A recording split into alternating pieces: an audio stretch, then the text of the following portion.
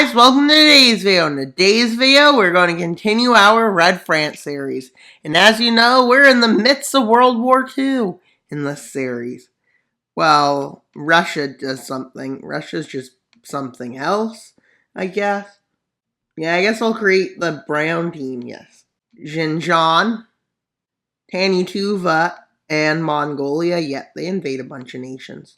Power and conquest and expansion of communism, which is their biggest goal in doing this. So first, when their invasion starts, well, they move in quickly to here. They also move in quickly into this area of the country. And quickly they capture Ulaanbaatar. Their goal in this invasion is to extend its front in Asia to invade China, followed by invading Japan. And since it's not at war with Britain yet, it's all good, as Xinjiang is forced to fall. When this nation's first to fall, Mongolia quickly falls after. And as we know, since it was conquered, well, it's occupied. Now let's go to the European front, with the British trying to move troops and trying to get Portugal to join their side, because Portugal is a fascist dictatorship. And not really, but it's an authoritative state at this point in history. Well, this isn't good, honestly. Germany and Britain has just started an invasion. And they kicked Portugal out of here, but they didn't kick them out of Africa. Which means Africa is pretty, strong. Well, no one's really forcing for independence. Well, starts the Russian invasion of Romania. Seeing their success, they go on even further. They're getting further than they did in our timeline. But they're starting to literally have disagreements with the rest of the communists. Germany moves into the south. I forgot to use their color. With Germany and France moving into the south of Romania. Well, Romania falls. Like this. Well, that's pretty good for Russia. Honestly, Romania has just fallen. Well, let's look at the occupied territories. Yeah, it strongly benefits Romania. Not Romania, Russia, so there's another agreement signed, which will give these lands. Russia still maintains control of the water, but the communists have a bit more control.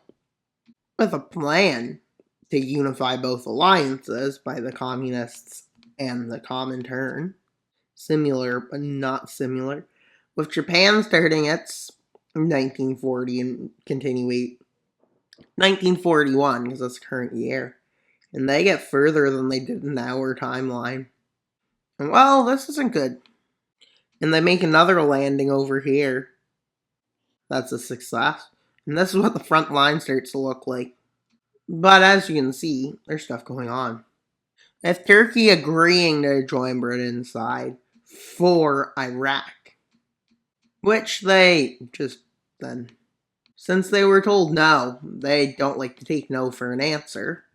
They join Britain's side, but the thing is, it's not why. It doesn't really make sense, let's say. But Iraq becomes the gray team. Yes, the blue-gray team exists. And maybe I should have made this many sides in this conflict, but I ended up doing it anyways. And well, they're invaded. Pretty quick, too. They don't really have anything to hold back at this time. And well, now for a peace, join Turkey or get invaded by Turkey. So they picked to join the side of Britain now, because they were forced by an imperial state. But the thing is, Turkey starts moving its troops in, but at this point it's kind of too late. With Bulgaria being, wiped the floor with by them. Well, the front line becomes like this. Yeah, almost fully fell, Bulgaria did. With Britain asking Norway for permission to use their ports to block off the communists. Yeah. The communists don't seem to like this, it appears. So they invaded it. They're invading it. They're invading Norway. Who knew you'd want to invade Norway? We tried to make a colonial empire, but they didn't do much. Like one island in the South Atlantic. Well, Norway wasn't expecting a massive invasion by the communists in 1942. So when a big one does happen, it's a bit of a surprise. And Britain's unable to secure any of the territory except Svalbard. And well, now it's all occupied territory of the German and French communes. With France and Germany working together, that's another thing that has affected this massively. France is pretty strong. Germany is pretty strong. This could easily be pulled off. And now Hungary puts in a communist in charge because I see communists are benefiting them more than fascism could. And well, as you can see, Russia's planning on invading China at some point. They decide it's better than going at Japan right away. For some reason, I don't know why. Guess I want to see China capitulate. And well, China starts suffering in this timeline. But you may be like, oh, it's not that bad. Japan's being stronger in this timeline somehow. Maybe because they didn't invade, like, all the Pacific Islands. But the Russian invasion of China coming as a massive shocker. As they literally come looking to spread communism into the region. They start an invasion of them. Which they do get some support from France and Germany, the communists. But Japan's shocked at this one. They didn't see it coming. And they both start taking massive land. With China already having lost this war, but they're continuing to fight it. Well, if they continue to fight it, it's a bit of a surprise. With Russia realizing they did this invasion too late, as they managed to capture there. Well, their manage to capture lots of lands was a surprise. Well, as they do it, this is what it ends up looking like, with China finally capitulating to communism.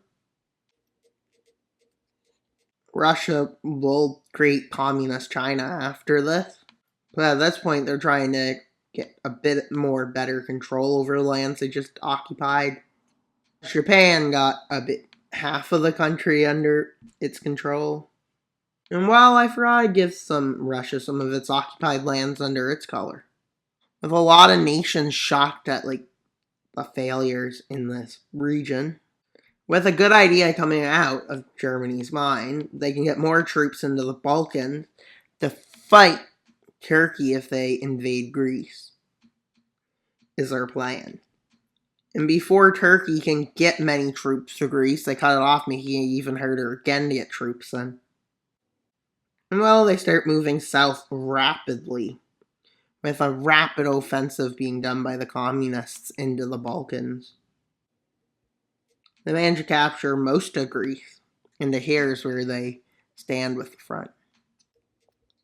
Well, this isn't good. You can see the communists are the ones in the lead right now.